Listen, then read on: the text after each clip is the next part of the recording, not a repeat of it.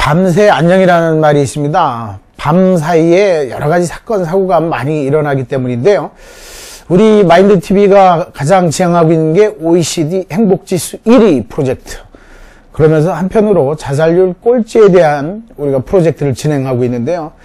요즘 들어서 또 인기인들 아니면 유명인들의 자살이 계속 이어지고 있으면서 우리 사회에 또 경종을 울리고 있는데요. 며칠 전에도 또 유명한 야구선수였고 인기 연예인의 남편이었던 조성민 선수, 전 선수가 자살을 해서 안타까운 소식으로 우리에게 들어왔습니다. 사실 자살이라고 하는 것은 뭐 이기적인 자살, 뒤르뱅이 자살론을 보면 뭐 이기적인 자살, 뭐 이타적인 자살, 아노미적인 자살로 구분을 하지만 자살은 뭐 과거부터 현재까지 꾸준히 우리 인류사에 존재했던 그러한 죽음의 하나의 형태이긴 합니다. 그러나 오늘 저는 뭐 자살에 대해서 여타저타 길게 이야기하기보다는 자살이라고 하는 것은 사실 범죄다라는 것으로 정의를 내리고 싶은데요. 자살을 하지 말자는 측면에서의 범죄가 아니라 실제로 자살은 수많은 사람들에게 나쁜 영향을 미치고 있고 더군다나 유명인들의 아니면 인기 연예인들의 아니면 정치인들의 자살은 그 사회에 엄청난 부작용을 초래하기 때문에 저는 자살은 범죄다라고 정의를 하면서 오늘 마인드TV 뉴스를 전해볼까 합니다. 사람들이 자살을 하는 이유는 뭐 아까도 말씀드렸듯이 여러 가지가 있지만 그 중에 요즘에 베르테르 효과라는 게 이제 사회심리학적으로 많이 등장을 하고 있습니다. 젊은 베르테르의 슬픔에서 주인공이 그 노란 조끼를 입고 권총 자살을 하자 그 유럽의 많은 젊은이들이 동조 자살을 했는데 다시 말하면 모방 자살을 한 거죠. 권총 자살도 많이 했고 또 어떤 젊은이는 노란 조끼를 입고 자살도 했고 그러다 보니까 유명한 어떤 소설 속의 주인공, 영화의 주인공, 요즘에는 연예인들 중에서 유명한 사람들이 자살하고 난 다음에 따라하는 모방 동조 자살을 베르테르 효과라고 이제 합니다. 뭐 먼로의 그 죽음 또는 뭐 제임스 딘의 죽음, 뭐 우리나라 같은 경우에는 뭐 또 최진실 씨 내지는 이은주 씨 같은 경우가 자살한 이후에 실제로 그해 자살률이 굉장히 상승하는 그러한 현상이 나타났고요. 또 제임스 딘 같은 경우에는 그 죽은 날이 뭐 죽음이 자살이냐 아니면 운전 미숙이냐 뭐 여러 가지 아니면 음주운전이냐 서른 분분하지만 그 즈음에서 자살률이 급격히 늘어나는 현상이 사회심리학적으로 통계학적으로 밝혀졌습니다. 유명 정치인 중에서는 또 노무현 대통령이 최근에 자살을 했기 때문에 그로 인한 부지불식간의 영향도 있을 수 있고요. 또 안재한 씨 같은 경우에는 연탄불을 피워놓고 자살을 했기 때문에 그에 따른 동조 연탄불 자살이 급증했던 것도 사실입니다. 그렇기 때문에 우리가 유명한 사람들이 자살을 했을 경우에는 너무 지나치게 많은 것을 보도해 주는 것도 문제고 또 일반인들이 또 자살했을 경우도 너무 상세하게 보도하는 것들은 문제가 있습니다.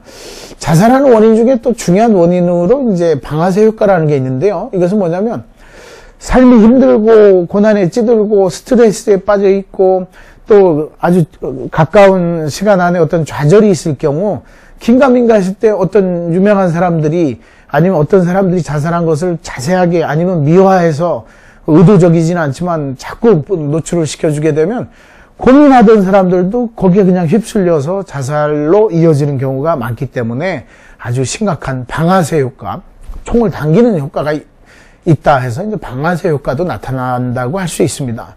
근데 이제 뭐니 해도 자살의 가장 큰 문제는 가족, 주변의 사람들에게 적게는 3명, 많게는 10명까지에게 이르는 사람들에게 아주 부작용 아니면 자살률을 부추기는 그런 현상이 일어날 수 있기 때문에 평균 4.2명이라는 결과가 있지만 그래도 적어도 3명 내지 10명에게는 자살에 대한 고민 아니면 죄책감 이런 것들을 심어줄 가능성이 높고 그래서 누구 한 사람 나 가버리면 그만이야 라고 끝나는 것이 아니라 그로 인해 남아있는 가족들은 엄청난 심리적 고통과 트라우마를 겪게 된다는 것을 우리 자살하려고 하는 사람들은 염두에 둬야 될 겁니다.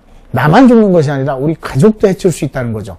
거기다 아까 말씀드린 대로 일반인들에게도 자살 충동이라든가 실제적인 모방 자살을 부추길 수 있기 때문에 이건 사회적 범죄까지 이르게 되는 겁니다. 문제는 자기 자신에게도 범죄요, 또 타인에게도 범죄가 되기 때문에 자살은 분명히 범죄라고 할 수 있는 거죠. 그렇기 때문에 호주라든가 미국이라든가 헝가리 같은 데서는 자살에 대한 보도 지침을 좀 구체적으로 제안을 하고 있는데요. 유럽 같은 경우에는 일단 헝가리 같은 경우도 미국의 자살 규칙을 많이 따라서 자살률이 굉장히, 헝가리 하면 구름이 썬데이에서 굉장히 자살률이 높았던 나라인데 자살률이 낮아졌고요.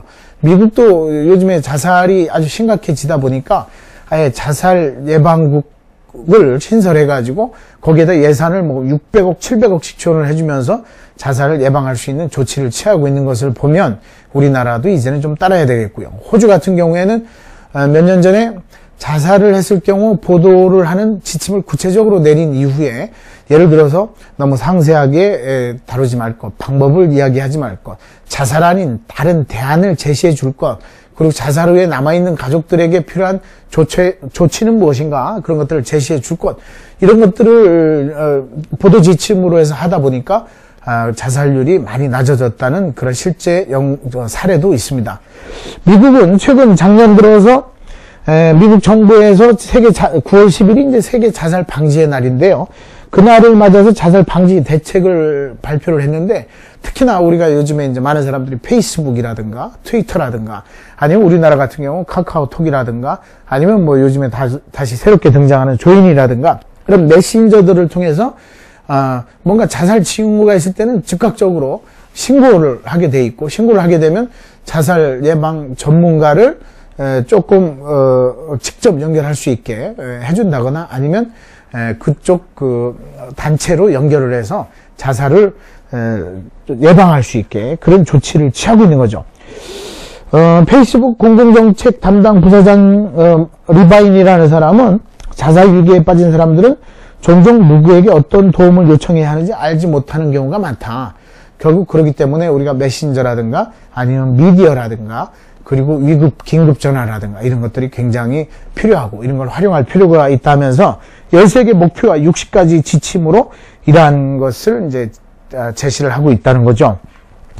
이 대책에서 이제 미국 같은 경우에는 특히 재향 군인들이 2,300만 명 정도가 있는데 약 1만 8천 명 정도가 그 중에서 자살을 시도했다라고 하기 때문에 엄청나게 심각하고요. 이것은 우리나라로 치면 노인 인구의 자살하고도 연관이 있는데 노인 인구의 자살이 급격히 늘어나고 있고 또 청소년들의 모방 자살이 많이 늘어나고 있는 걸 보면 우리가 자살을 너무 자세하게, 그리고 특히나 옐로우 뉴스처럼 말이죠. 이것을 계속적으로 반복적으로 장례식장을 수없이 가서 문상객들 취재하고 그리고 가족들을 어렵게 힘들게 하고 하면서 가족 자살률이 어떤 일이 자꾸 이런 걸 또 너무 많이 노출시키는 것 자체가 우리 사회에 부정적인 기운을 퍼뜨리는 것이기 때문에 일정 부분 보도를 하고 가족 배려적인 측면에서 이루어지는 보도가 이루어져야 되겠고요. 우리 사회 구성원들도 이런 것들을 접할 때 자살 말고 다른 대안은 없었는가를 우리가 제시해주고, 예를 들어 직업을 잃었다, 사업에 실패했을 경우 뭔가 다른 우리가 일어날 수 있는 방법, 대안을 좀 제시해주는 그러한 자살 보도 지침, 그런 건 좀 따라야 되겠고요.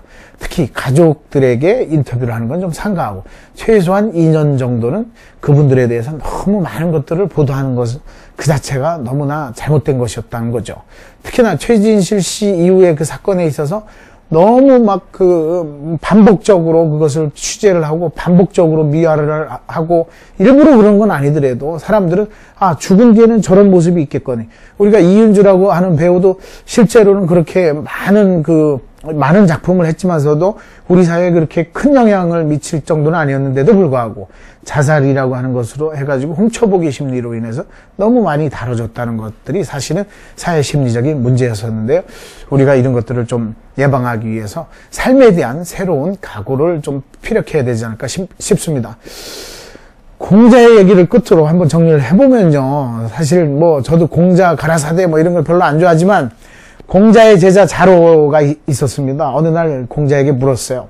죽음에 대해 알고 싶습니다. 그랬더니요. 그 공자가 야, 이 자식아, 3도 아직도 안 모르는데 어찌 죽음을 말하겠느냐. 이놈의 자식 혼냈어요.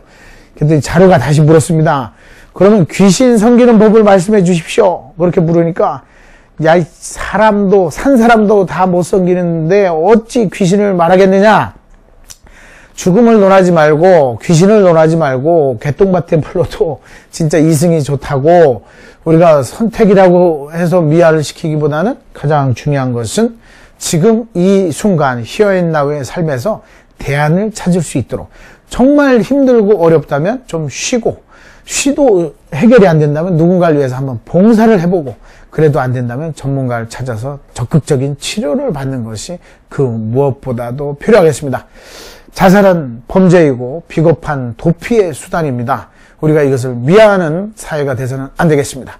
그리고 여론도 너무 이것을 가지고 뉴스거리로 만들지 않았으면 하는 바람입니다.